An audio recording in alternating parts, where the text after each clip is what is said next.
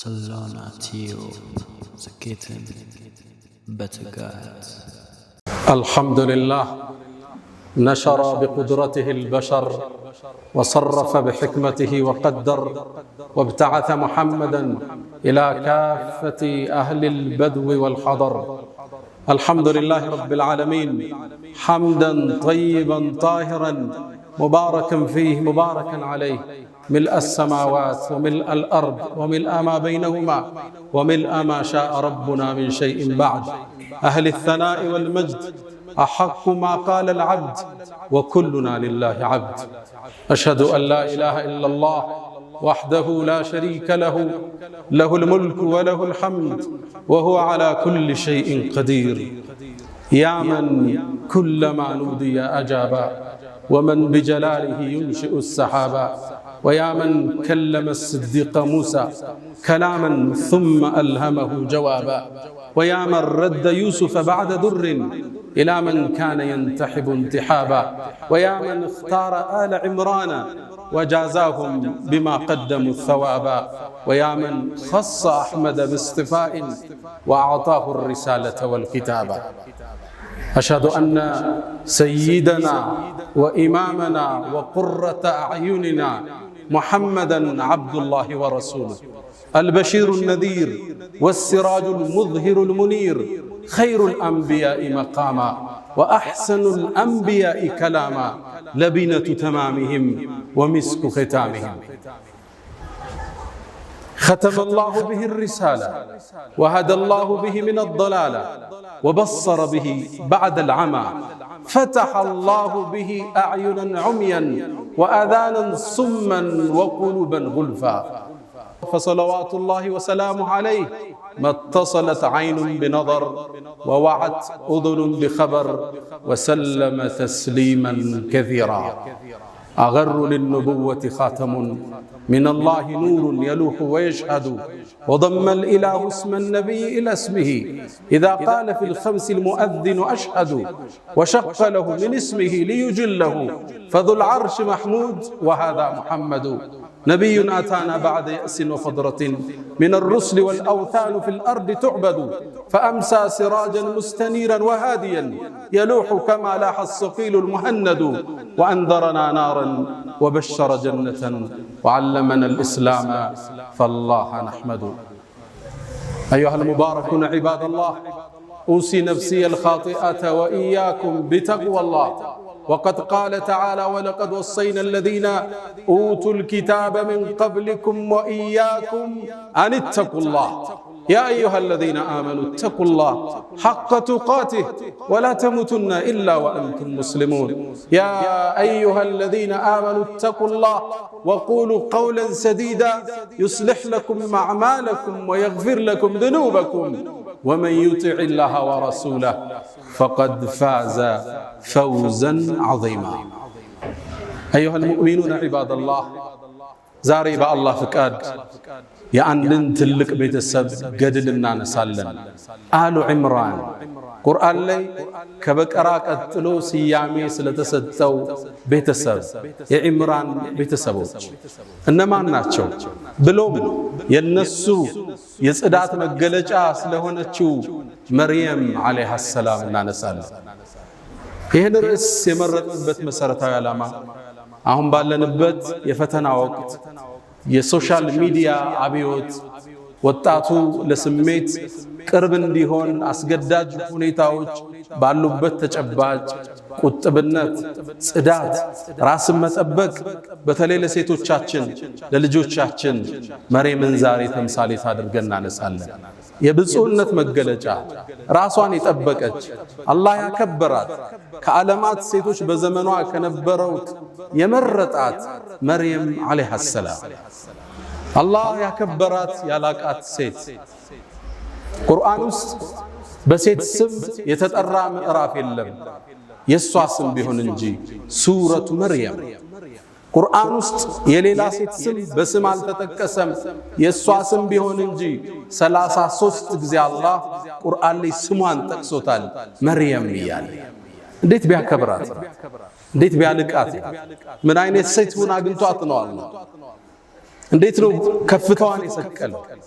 የሙሳን እናት ሲጠራ ኡሙ ሙሳ ሲል፣ የሙሳን እህት ሲጠራ فقالت لأخته قصيه እህቱ ሲል፣ አሲያን የጽናት ተምሳሌት የሆነችውን የፊርዓውን ሚስት እምራአቱ ፊርዓውን ሲል፣ የመርየምን እናት ራሱ ሐናን አላህ ራሱ እምራአቱ ዒምራን ሲል፣ መርየምን ግን በስሟ ጠቅሷታል። ይቺ ሴት ማን ነች? ገድሏስ፣ ቁጥብነቷስ፣ ራሷን ክብሯን መጠበቋስ፣ የአላህ የተአምር መገለጫስ እንዴት አደረጋት? የዛሬ ቆይታችን ላይ እናወጣዋለን። ጉዞዎች ሁሉ ከቤተሰብ ይጀምራል። የመርየም አባት ዒምራን ይባላል። ዒምራን የተከበረ የአላህ ባሪያ ነው፣ ነቢይ አይደለም። ልብ በሉ፣ እንደኔና እንዳንተ ግለሰብ ነው። ግን አላህን የሚፈራ ዓቢድ፣ ዒባዳው የበዛ ስጁዱ የረዘመ ዚክሩ የበዛ የአላህ ምርጥ ባሪያ ነው። ትልቁን ምዕራፍ አላህ ከበቀራ በኋላ ያለው አለ ዒምራን የዒምራን ቤተሰቦች አሉ።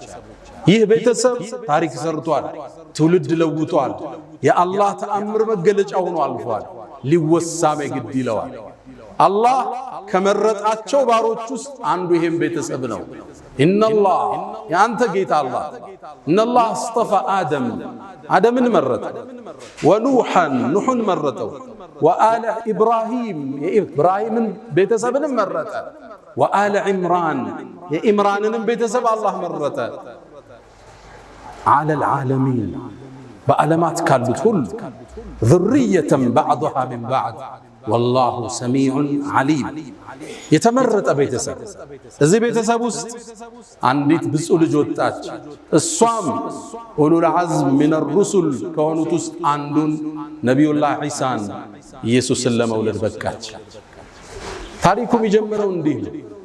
እናቷ ሐና አንድ ልጅ ወልዳ መውለዷ ተቋርጦባት ነው። አላህ ልጅ እንዲሰጣት በጣም ለመነች። ከዓመታት በኋላ አላህ ከዒምራን ከባሏ እንድታረግዝ አላህ ፈቀደ። ያኔም ጽንስ ማህዟን ስታቅ አንድን ዱዓ ወደ ሰማይ አሻገረች። ልብ በሉ፣ አንዲት ሴት ነች። ያወራችውን ወሬ ግን አላህ ተቀብሎት ቁርአን ውስጥ ተረከለ። አንተ አታቅም ያረከውን ዱዓ የዓለማት ጌታ ተቀብሎ አስተላልፎት ፈጽሞልህ ሊሆን ይችላል። አላህን ተመሳጠረችው። ኢዝ ቃለት እምረአቱ ዒምራን ይላል ቁርአኑ ላይ። ልክ ስትቀሩት ልባችሁ በሐሳብ ይጎናል፣ በትዝታ ይዋኛል። ያን ቤተሰብ ትናፍቁታላችሁ። ኢዝ ቃለት እምረአቱ ዒምራን። ኢዝ ቃለት ሚለው ላይ ተፍሲሩ እዝኩር ሚለው ቃል ወድቋል። አንተ መሐመድ የዒምራንም ባለቤት እንዲህ ባለች ጊዜ የሆነውን ለኡመቶችህ አውሳ። እዝኩር ሚለው ወድቋል ብላለች። ረቢ ጌታዬ እኒ ነዘርቱ ለከ ማ ፊ በጥኒ ሙሐረረን፣ ማኅፀኔ ውስጥ ያለውን ጽንስ እኮ ለአንተ ነፃ አገልጋይ እንዲሆን ቃል ገባዋለች። ሰጥቼዋለሁ፣ የአንተ አገልጋይ ይሁን ሲወለድ፣ በይተል መቅዲስን መስጅድህን አገልጋይ ይሁን ነይቼዋለሁ አለች። ማ ፊ በጥኒ ማ ምንለው ሐርፍ መውሱል እንለዋለን በነሕው ቋንቋ። ዩፊዱ ልዑሙም ጥቅል ነገር ነው የሚያስዘው። ሆዴ ያለውን የቱሉም ነገር ለአንተ ነይቼዋለሁ። ወንድ ይሁን ሴት፣ ሁለት ይሁኑ ሶስት፣ ለአንተ አገልጋይ ይሁን። አረገዘች። ከመውለዷ በፊት ባሏ ዒምራን አልፏል። ስለዚህ ባል ስለሌላ የተወለደው ሴትም ይሁን ወንድ እሷን ሊያግዛት ነው የሚገባ። እሷ ግን ለአላህ ሰጠች። ሆዴ ውስጥ ያረገዝኩትን ጌታዬ ላንተ ሙሐረረን ነፃ ሲሆን አድርጌዋለሁ። ከዛስ ምን አለች? ፈተቀበል ሚኒ ተቀበለኝ። ስራ ሰርተህ መቀበል ማለት ቀቡል፣ አላህ በውዴታ ሲቀበልህ ቀቡል ይባላል።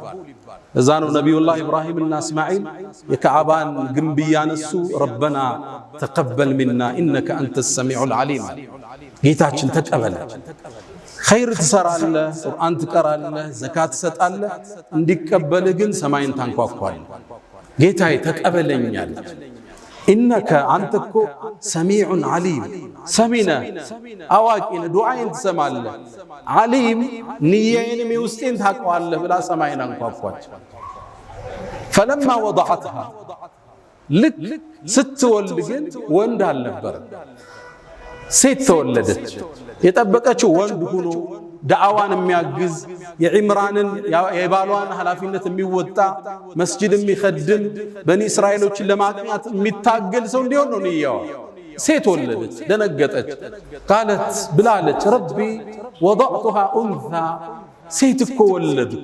ሴት ደግሞ እንደ ወንድ አይደለም። አላህ ምን እንደወለደች ጠንቅቆ ያውቃል። ግን ይሁን አለች። ወኢኒ ሰመይቱሃ መርየም፣ ስሟን መርየም ብየዋለሁ። መርየም ማለት የአላህ ባሪያ አገልጋይ ማለት። ሴትም ትሁን ለአንተ አገልጋይ ግን ቃል ገብቻታለሁ።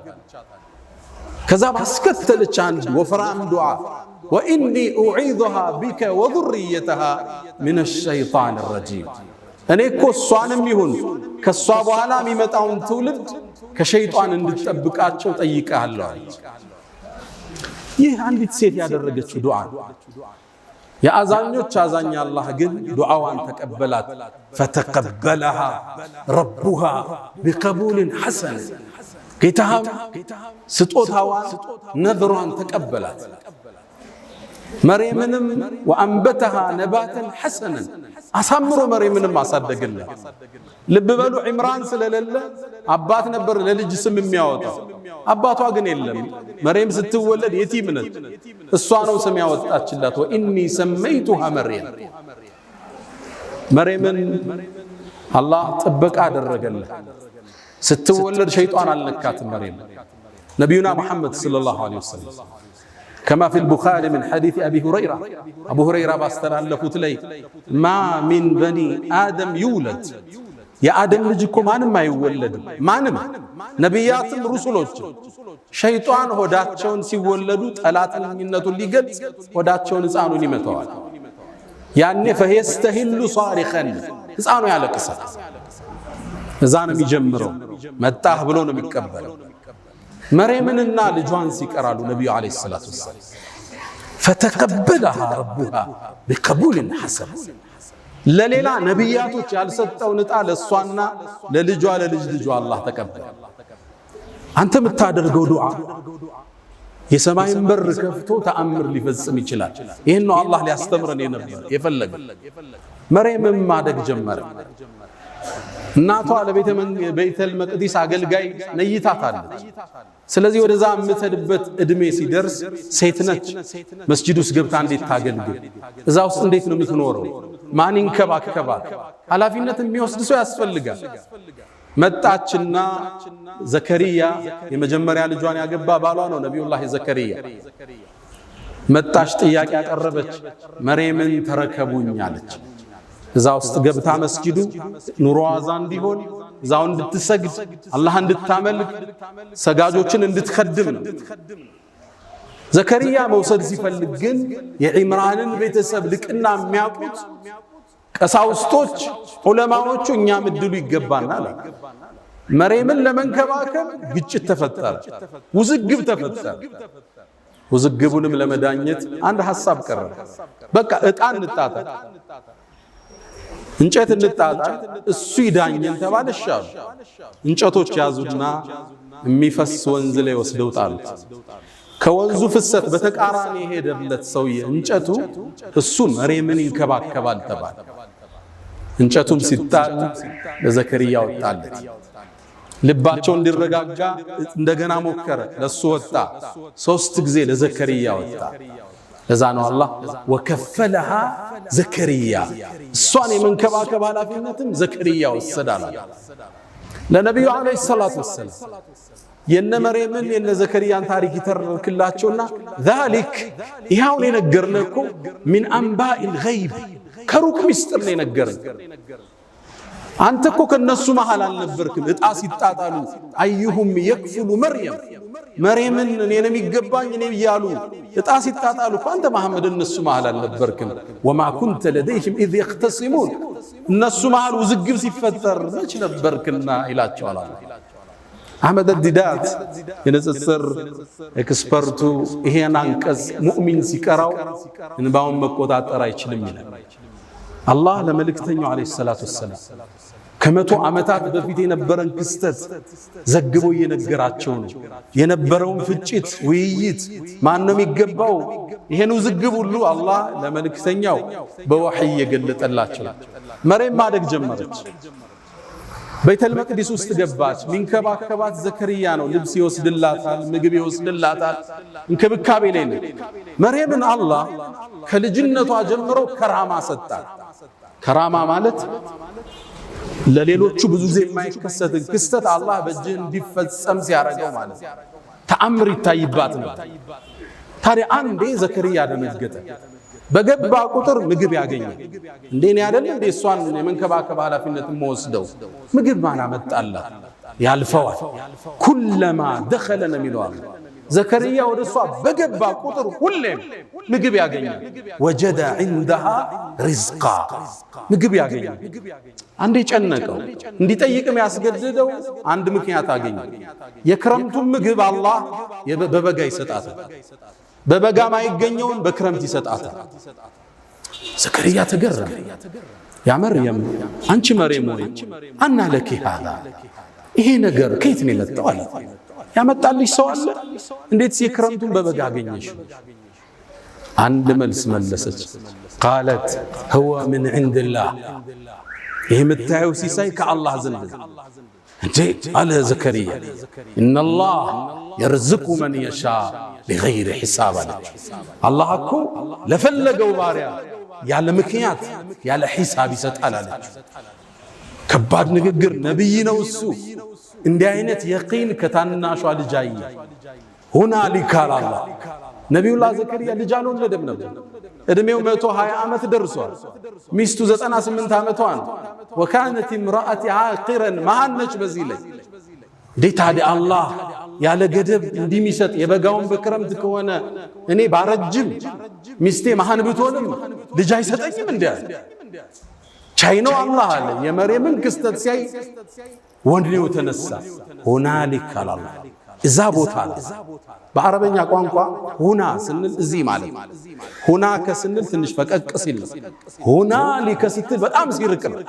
አላህ እዚህ ቦታ ላይ ከመርየም ወጥቶ ነው ዱዓ ያደረገው። ለምን እዛ ቦታ አለ አላህ? ነቢዩላህ ዘከርያ ይላሉ ሙፈሲሮች ልጅ አልወልድም የሚለው ተስፋው ጥግ ላይ ደርሷል። አርጅቷል። ሚስቱ መሃን ነች። እዛ የመነመነ ተስፋ ዳርቻ ላይ ሆኖ ዱዓ ወደ ሰማይ አነሳ። ረቢ ሀብሊ ሚን ለዱንከ ዙርየተን ጠይባ ኢነከ አንተ ሰሚዑ ዱዓ። አላህ ወይ ልጅ ስጠኝ፣ ዱዓን ተቀባይ ነህ አንተ። በእርግጥም አላህ የሕያ የተባለ ልጅ ሰጠ። መርየም ማደግ ጀመረች። ዒባዳዋ የበዛ ነበር። ሶላቷ የበዛ ነው። ዚክሯ የበዛ ነው። ሌት ተቀን ዒባዳ ላይ ነች። አላህ ለትልቅ ዓላማ እያዘጋጃት ተአምር ምድር ላይ በሷ ሊከስት ነው አለ። መላእክት ላከ አንዴ እየሰገደች እያለ መላእክት ጠሯት። አንቺ መርየም አሏት። ማን ነው የሚጠራኝ? መላእክቶች ነበሩ። ኢነላህ አስጠፋኪ አላህ መርጦሻል አንቺ ወጠኸረኪ አስድቶሻል። ወስጠፋኪ ዐላ ኒሳኢል ዓለሚን በዘመንሽ ካሉ ሴቶች ሁሉ አንቺን አላህ መርጧል አሏት።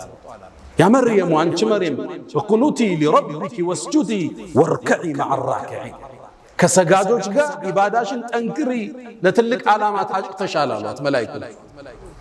መርየም አደገች። እድሜዋ እየገፋ ሄደ። 17 ዓመት እንደሆናት በአንድ በተባረከ ቀን ወደ ምስራቃዊ ቦታ ከቤተል መቅዲስ ለቃ ሄደች። እዛ ቦታ ስትሄድ ከሰማይ ሰማያት ሌላ መልእክት ተላከ። መላእክቱ ጅብሪል ሐዋውን እየቀዘፈ ፊት ለፊቷ ተከሰተ። ክስተቱን ቁርአን በሚያምር መልኩ ተርኮታል።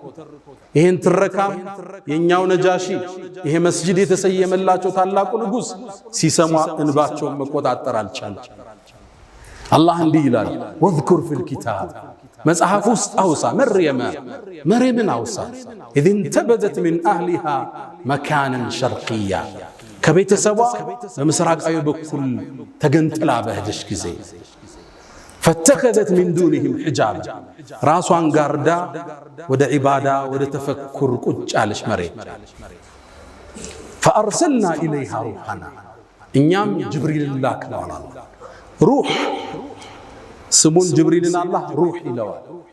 የሰው ልጆች ሩህ ህይወት የሚገዛበትን ነገር ይዞ ስለሚመጣ ወህይን ስለሚያወርድ ማለት فأرسلنا إليها روحنا ጅብሪልንም ላክነው فتمثل لها بشرا سويا የተሟላ ሰው ሚያምር ቆንጆ ወጣት ሆኖ ፊቷ ተሰየም ጋርዳ ተቀምጣለች በየት ገባሽ ደረገጠች ኢኒ አዑዙ ቢርረህማን ሚንክ ኔ በአርረህማን ካንተ ተጠበቃለሁ በአላህ ኢን ኩንተ ተቂያ አላህ ምትፈራ ከሆነ ራቀኝ አለች ጅብሪል መለሰ ቃል ነማ አነ ረሱሉ ረቢኪ እኔ ጌታሽ መልእክተኛ ነኝ ሊአሀበ ለኪ ጉላመን ዘኪያ ምርጥን ጽዱን ልጅ ልሰጥሽ ነው የመጣው በሌላ አነባበብ ሊአሀበ ለኪ ሚለው ሊያሀበ ለኪ ጌታሽ ሊሰጥሽ በሚልም ተነበ ሁለቱም ተመጋጋቢ ናቸው ጅብሪል እንደ ሰበብ ስላደረሰ ልሰጥሽ አለ እሷም እንደ ብስራት አልቆጠረችው እንዴት ሊከሰት ይችላል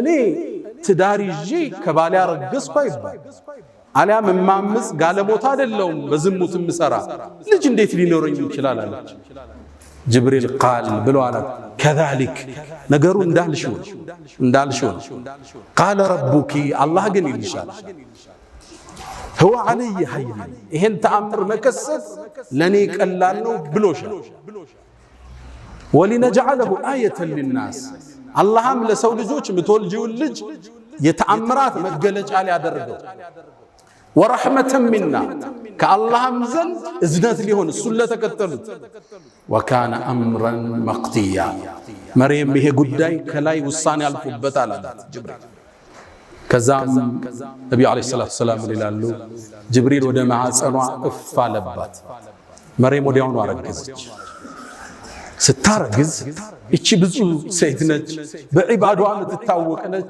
ارقزنوان انديت تقفاو እንደምንም ደብቃ በአምልኮ አሳለፈች ዘከሪያ ተንከባካቢዋ ነው ሲያያት ያረገዘች መሰለች ከዛም ጠጋላት አንቺ መርየም አላት አንድ ዘር ያለ ሌላ ዘር ይበቀላል እንዴ አላት የጠየቃት መጀመሪያ ዘር የፈጠረው ያለ ዘር አይደል አለች መልሷ ከበደው አስከተለላት አንቺ መርየም ወይ አንድ ሰው ያለ አባት ልጅ ሊኖረው ይችላል እንዴ አላት አዎን አባታችን አደም ያለ አባትም ያለ እናት አይደል የተወለደ አለች መልሷ ከበደው ፊት ለፊት መጣላት መርየም ሆይ አርግዘሻል ሚስጥሩን ነገረችው ዘከሪያ ሆይ መላእክት መጥቶ አብስረውኝ ከሰማይ መላእክ መጥቶ እንዲህ ተከስቷል ብላ ነገረችው ዘከሪያ ምን ክስተት ያቀና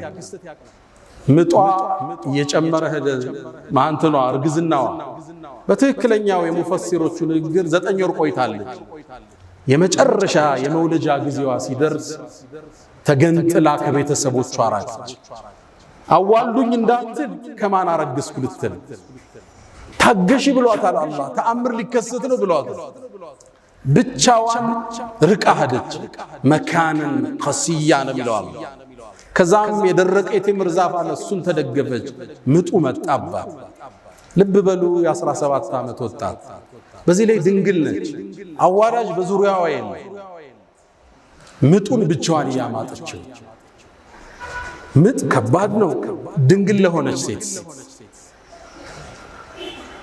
ታዲያ መርየም ልትወሳ ይገባል ምጥ ውስጥ ስትገባ ልጁ እየተወለደ ነው አመማት ከዛ ደግሞ ልጁን ወልዳ ይዛው ልትሄድ ነው የታመጣሽ ሊባል ነው አባቱ ማን ነው ሊባል ነው ጭንቅላቷ ፈረሰ فقالت يا ليتني مت قبل هذا ከዚህ በፊት ሙቼ በነበር ምን አለ وكنت نسيا منسيا ተረስቼስ በነበር አለ ወዲያው ዒሳን አላህ አወጣው ልጇን ኢየሱስ ተወለደ فناداها من تحتها ملائكه يتطرات عليام ልጇ ነው ይባላል ልጇ የሚለው قول اصح منو ለሚቀጥለው ተአምር መንደርደር ያስለው فناداها من تحتها الله عيسان አናገረው ከሆዷ እንደወጥ አትዘኝ ብይጠጪ ውሃም እዚህ ያለ ዛፉንም መታ አርጊው ቴምሩንም በያለ ተረጋጋች እሱም በላች ውሃውን ጠጣች ኃይሏ ተመለሰ ይሄን ሕፃን ልጅ አዝላው መርየም ወደ በኒ እስራኤሎች መጣች ድሮም ክፍተት የሚፈልጉላት ብዙ ሰዎች ነበሩ። በዒባዳዋ መሻይኾቹን ሁሉ በልጣ ጥርስ የነከሱባት ብዙ ናቸው። ይሁዶቹ አይወዷትም ነበር። ልክ ይዛው ስትመጣ ዛሬ ጾም ያለው በያትናገሪ ተብላለች። ወደ በኒ እስራኤል ይዛው መጣች። فأتت به قومها تحمله ተሸክማው ይዛው መጣች። ህዝብ ተሰበሰበ። ያ መርየሙ ምንድነው ይሄ ጉዳይ? لقد جئت شيئا فريا ከባድ ነገር ይዘሽ የመጣሽው ያ አኽተ ሃሩን። በነሱ አገር ሃሩን የሚባል ሰውዬ ነው። በዒባዳው የታወቀ ነው ከወንዶቹ። ስለዚህ እሷንም እንደ ሃሩን በዒባዳዋ ጠንካራ ነች ነበር የምትባለው። አንቺ የሃሩን ጓደኛ መሳይ ሆይ ምንድነው ያመጣሽብሽ? አባትሽ መጥፎ ሰው አልነበር፣ እናትሽ ዝሙት ሰሪ አልነበረች። ይሄ ልጅ የት መጣ? መቼ ነው ያገባሽው? ከየት ወለድሽ? فأشارت إليه ጾም ያለው በይ ተብላለች። ወደ ነቢዩላህ ዒሳም አመላከተች። ሕፃን ነው ገና የተወለደ ጫቅላ ነው። ከዛ ተገረሙ። كيف نكلم من كان في المهد صبيا እንዴት የታዘለ ሕፃን እናወራለን? አትቀልጅብን፣ ምንድነው ሚስጥሩ አለ አላህ። ነቢዩላህ ዒሳን እጇ ላይ ያላናገር قال إني عبد الله እኔ አላህ ባሪያ አታኒ الكتاب ለወደፊት መጽሐፍን ይሰጠኛል። وجعلني نبيا ነብይ ማለት ነው። وأوصاني بالصلاة والزكاة ما دمت حيا وبرا بوالدتي مريمንም ሊያጽናናት ነው። ለናቴም ደግ አርጎኛል። ولم يجعلني جبارا شقيا والسلام علي እናቱን አሁንም ያጽናናት ነው። በእኔ ላይ ሰላም ይስፈናል ሕፃኑ ኢየሱስ።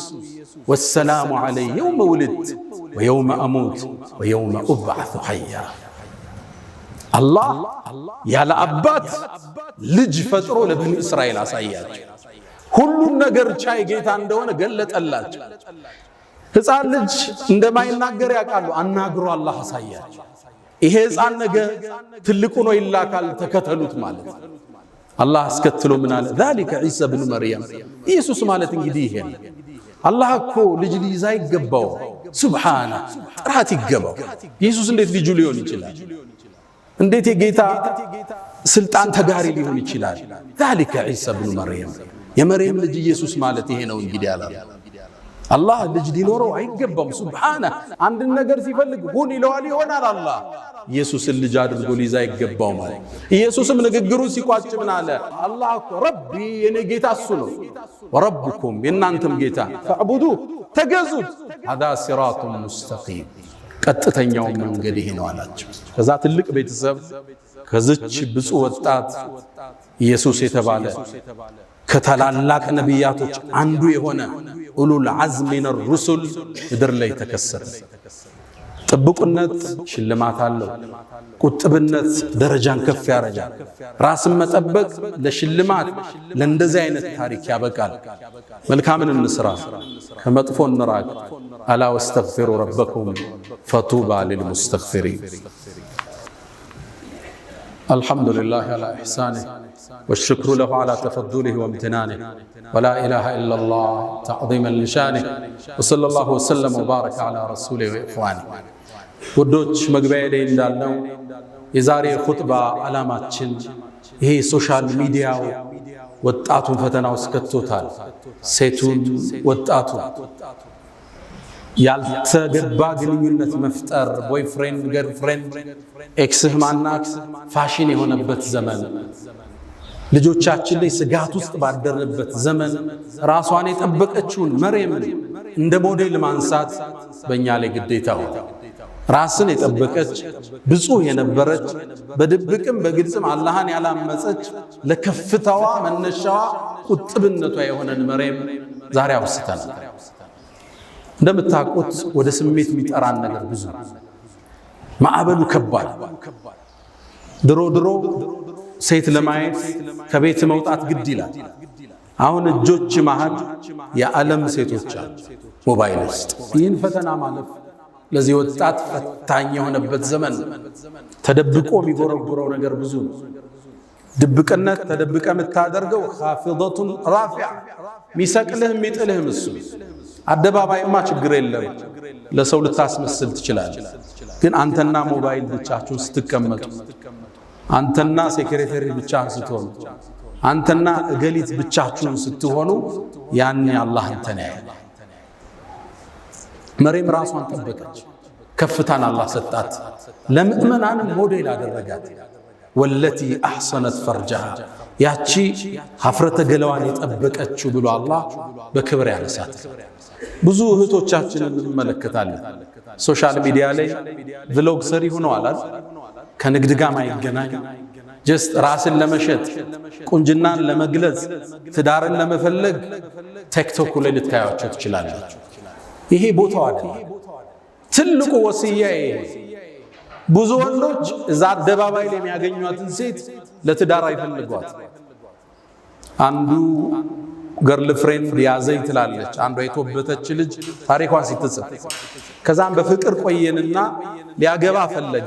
እንደሚያገባኝ አውቃለሁ፣ ሰርጋችን መቼ ነው ስለው እኔ እኮ ለትዳር ያንቺ አይነትን ሰው አልፈልግም ለጊዜያዊ ቆይታ ነው እንጂ አለ።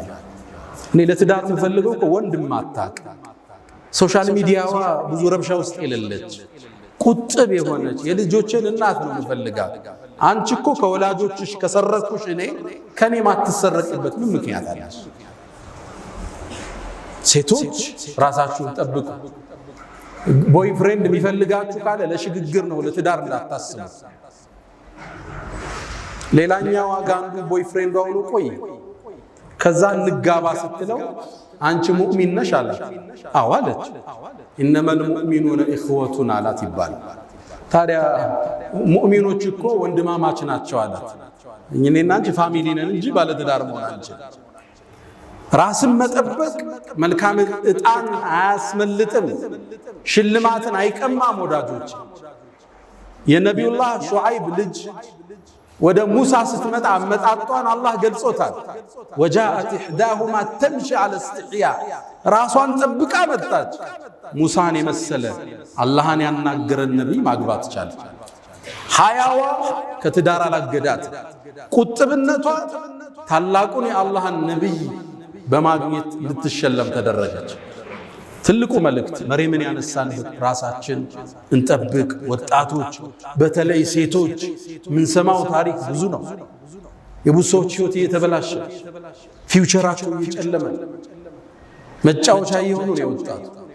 ራስን መጠበቅ ለቁም ነገር እስክትደርሱ ቤተሰብ ሸልሞ እስኪድራችሁ ድረስ ስሜትን ማድረግ ራስን መቆጠብ ከመርየም የምንማረው ታሪክ ነው። ሁለተኛ ከኹጥባችን የምንወስደው የወላጅ ዱዓ ያረገችው ማነች? የመርየም እናት ነበረች። አላህ ግን ዱዓዋን ተቀብሎ እሷንም የመርየምን ዘሮችንም ከሸይጣን አላህ ጠበቀ። መርየምን ለከፍታ በቃት። ወላጆች ልጆችን በማሳደጋው ተቸግረናል። ሞባይል ትቀማዋለ፣ ዙሩ ሞባይል ያነሳል፣ ቲቪ ሲዘጋበት እዛኛው ጋር ይገባል። ልጅም ማሳደግ ፈታኝ ዘመን ነው። ይሄ በተርቢያ ብቻ እናልፈው፣ እንዲቀራ በመቆጣጠር ብቻ አንችለው። ዱዓ የሚባል መሳሪያ አላህ እንዲያገረው ለልጅ ብቻ የሚደረግ ዱዓ ነው። ከሌሊቱ ስትነሳ፣ ጾመ ስታፈጥር፣ ሰግደ ስጨርስ ልጅን አስተካክልልኝ። ፉደይል ብን ዒያድ ታዋቂው ታቢዒን አንድ ዱዓ አለው። አላሁመ ልጁ ነበረው አስቸገረ፣ ይመክረዋል፣ አይሰማውም፣ ይረብሻል፣ አመፀኛ ሆነ። ጨረሻ ሌሊት ተነሳና አንድ አቤቱታ አቀረበ። አላሁመ ኢኒ ዓጀዝቱ አን ተርቢየት ወለዲ፣ ልጄን ማስተካከል አልተሳካልኝ፣ አንተው አስተካክለው። እሱም የሚመስል ምርጥ አላህ አረገ። ልጆች ዱዓ ይፈልጋሉ። 90% እመኑ ዱዓ። ከሌሊቱ ተነስታችሁ ዑምራ ስትሄዱ ሐጅ ስትሄዱ 90% ዱዓችሁ ለልጆቻችሁ አለ። በዱዓ አላህ በተአምር እንዲቀይራችሁ በቁጥጥራችሁ ይሉት። ቴክኒካቸው ብዙ ነው ልጆቹ። በቴክኖሎጂውም ትንሽ ተራምደው በልጠውና የሰጣቸውን ሞባይል ቆልፈው በራሳቸው መንገድ ይጠቀሙታል። ዱዓ ከመርየም እናት ምንማረው። ሶስተኛው ኢየሱስ አለይሂ ሰላም፣ ነብይ ኢሳ የተከበረ የአላህ ነብይ፣ መርየም የተከበረች ብፁዕ ቅድስ። የሁዳዎቹ ዲቃላ ናት፣ ነሷራዎቹ ጌታ የጌታ እናት አድርገው አመለኳቸው። እስልምና መሃለኛውን መንገድ ይዞ መጣ። ጌታ አይደለች፣ የጌታም ልጅ አይደለም። ግን እሷ የተቀደሰች ሴት ነች። ቁርአን ውስጥ ስሟ 33 ጊዜ የተጠቀሰች ሴት ነች። ብፁዕ ነች። ጅብሪል መጥቶ መንፈስን የከተተባት ሴት ነች። ክብሯን አላህ እስልምና አጎል። ይህም ብዙዎቹ አያውቁ። አስታውሳለሁ እስር ቤት ላይ ያለን ብዙ ሰዎች እስልምናን ተቀብለዋልና አንዴ ካንዱ ጋር ክርክር ሳደርግ እስልምናን ሊቀበል ወሰነና መጨረሻ ግን እኔ እኮ ኢየሱስን ወደዋለሁ እንዴት ነው ጥዬ የምመጣ አለኝ። ኢየሱስን ጥለህ እንዳትመጣ አለ። ጥለህ ከመጣማ ሙስሊም አትሆንም አለ። እንዴት አለ? እስልምና ሁሉም ነቢያቶችን ካልተቀበለ አንዱን ከዘለልክ እምነት ሙሉ አይደለም አለ። እንዴት አለ? አብርሃምንም ሙሴንም ኢየሱስንም መሐመድንም ካልተቀበልክ ሙስሊም አይደለህም አለ። ከዛም አሁን የነገርኳችሁን የመርየምን ታሪክ የኢየሱስን ስነግረው ልጁ ሻሃዳ ከማዝ ውጭ አማራጭ አልነበረው። አብዛኞቹ አያውቁ መርየም እኛ ዘንድ ያላትን ቦታ ቁርአን እንዴት አክብሮ እንደጠራት እሷን አይደለም የእናቷን ዱዓ የሐናን ጠቅሶታል። የአባቷን የቤተሰቡን ስም ምዕራፍ አድርጎታል። አለ ዒምራን የኢየሱስን ተአምር ንገረው። አለ ዒምራንን አልፈ ሱረቱን ኒሳ አልፈ ሱረቱል ማኢዳ ትገባለህ። እሱ ስለ ኢየሱስና ስለ ሐዋርያቶች ነው የሚያወራው። አላህ ከሰማይ እንዴት ማዕድ እንዳወረደላቸው ሱረቱል ማኢዳ አያውቁም። አብዛኛው ሲያውቁ ግን አሁን እየጎረፉ አልሐምዱሊላህ ረብል ዓለሚን። ሌላው አራተኛ የምናወሳው በዚህ ኹጥባችን ላይ ከመርየምና ካለ ዒምራን ታሪክ የምንማረው የነቢዩን ሰለላሁ ዐለይሂ ወሰለም መልእክትን በትክክል የማድረስ ከፍታ ታየዋል። ነቢዩ ታማኝና እውነተኛ ናቸው። በለገ ሪሳላ መልእክቱን አድርሰዋል። ስለ መርየምና ስለ ልጇ የተናገሩት ሐዲስ ተአማኝነታቸውን ይገልጣል። ምን አሉ? ማሚን መውሉድ አሉ። ቡኻሪ ላይ አቡ ሁረይራ ባስተላልፉት ዘገቡ ማንም ሰው እኮ አይወለድም ሸይጣን ሲወለድ ሆዱን የነካው ቢሆን እንጂ የቆነጠጠው ቢሆን እንጂ ያን ያለቅሳል ልጅ። መርየምና ልጇ ሲቀሩ ማንም ማለት ነቢያቶችን ሁሉ ማለት ሩሱሎችን ሁሉ ራሳቸውን አላካተቱ። አዎ ነቢዩ ከመርየምም ከዒሳም በደረጃ ይበልጣሉ። ነቢዩላህ ኢብራሂምም ይበልጣሉ፣ ሙሴም ይበልጣሉ። ግን እቺ በእናቷ ስፔሻል የተሰጣቸው ሽልማት ነቢዩ ራሳቸውን አላካተቱ። ስታስተላልፍ በውሸት መድመቅ የለብህም። ያልተሰጠህን ወደ ራስ መጎተት የለብህም። የነቢዩ ሰለላሁ ዐለይሂ ወሰለም የአማና ጥግ እዚህ ሐዲስ ውስጥ ታገኘዋል። ማንም የተወለደ የአደም ልጅ ሸይጣን ሆዱን የነካው ቢሆን እንጂ መርየምና ልጇ ሲቀር እኔንም አላሉ ነቢዩ ዐለይሂ ሰላም። እውነተኝነት የእስልምና የከፍታ ምንጭ። አንዴ ነቢዩ ዐለይሂ ሰላቱ ወሰላም ልጃቸው ሞተ። ልጃቸው ሲሞት ፀሐይ ተጋረደች። ሰሃባው ሁሉ ደነገጠ። የነቢዩ ልጅ እኮ ስለሞተ ፀሐይ ተጋረደች። ያንተ ነቢይ እውነተኛው ነቢይ ሚንበር ላይ ወጡ። እናንተ ሰዎች ሆይ ፀሐይ የአላህ ተአምር ነች፣ ለአንድ ሰው መወለድ ወይም መሞት አትጋረድም። አንድ ትልቅ ጳጳስ ይህን ታሪክ ሰማ፣ እስልምናን ተቀበለ። ለምን እንደው ታውቃላችሁ እንዴ? ይሄን እድል አግኝቶ ውሸተኛ ነቢይ ቢሆን ያካብደው ነበር። ይሄ ፀሐይ አይደለም ሌላ አርሽ ላይ ተፈጥሯል ብለህ ነው የምታካብድ አይደል? በጭራሽ በእኔ ልጅ መሞት አልተጋረደም። እውነተኝነት ነው እስልምና ላይ የሳባቸው። ኦሪየንታሊስቶች አሁን በነቢዩ ላይ በእስልምና ላይ ትችት የሚጽፉት ብዙዎችን ያሰለማቸው አንድ ክስተት አለ። እዚህ መንበር ላይ ያወሳ ነው ሐዲሱል ኢፍክ። እናታችን አይሻ ዝሙት ሰራች ተብሎ ተወራ። ሲወራ አላህ መልስ አልሰጠም። ለአንድ ወር ሙሉ ወህዩን ዘጋው። ጅብሪል አልወረዳም። ሰሃባው ታመሰ፣ ነቢዩም ተረበሹ። ትርምስምስ አለ ወሬው ሁሉ። ኢዝ ተለቀውነሁ ቢአልሲነቲኩም እዛዛ ተቀባበሉት። ወር ወህይ ዘጋል። አንድ ኦሪየንታሊስት ምን ይላል? ነቢዩ ነቢይ ነው ነቢዩ መሐመድ ይላል። ምክንያቱም በዛ ውጥንቅጥ ውስጥ ገብቶ እያለ ቁርአን ከኪሱ ቢሆን ኑሮ እልባት ሰጥቶ ይቋጨው። ወር ዝም አሉ። ዜና አልመጣም። ምን ይደረግ? ይሄ ለሳቸው እውነተኝነት መገለጫ ነው። እውነት የእስልምና መገለጫ ነው። የሌለንን ኮፍያ ለብሰን አንገንም፣ የሌለንን ብርሃን ወስደን አንደምቅ። ነቢዩ ዐለይሂ ሰላቱ ወሰላም በሌላ ክስተት አንዴ ሰሃቦቹ እሳቸውን በጣም አካበዱ። እኔን እኮ ከሙሳ አስበልጣችሁ አታውሩኛል። እኔ እኮ የውመል ቂያማ ጥሩምባው ሲነሳ ከቀብር ይወጣል። ስወጣ ነቢዩላህ ሙሳን የዓርሽ ምሰሶዎችን ተደግፎ አገኘዋል። ቀድሞኝ ተነስቶ ይሁን አሊያም ካልሞቱት አላህ አይሞቱም ያላቸዋል። ወኑፊኸ ፊሱር ፈሳዒቀ መን ፊሰማዋት ወመን ፊልአርድ ኢላ መን ሻአ አላህ። አላህ በጥሩምባው የማይሞቱ ከሱ መሻ ውስጥ የከተታቸዋል። ሙሳም አምልጦ ይሁን እዚህ መሻ ውስጥ አሊያም ቀድሞ የተነስቶ እንደሆነ አላቅም፣ ከሱ በላይ አታጋኑኝ ይላል። ራሳቸው ዝቅ ሲያረጉ ማለት እውነተኝነት የእስልምና መገለጫ የከፍታችን መገለጫ ነው።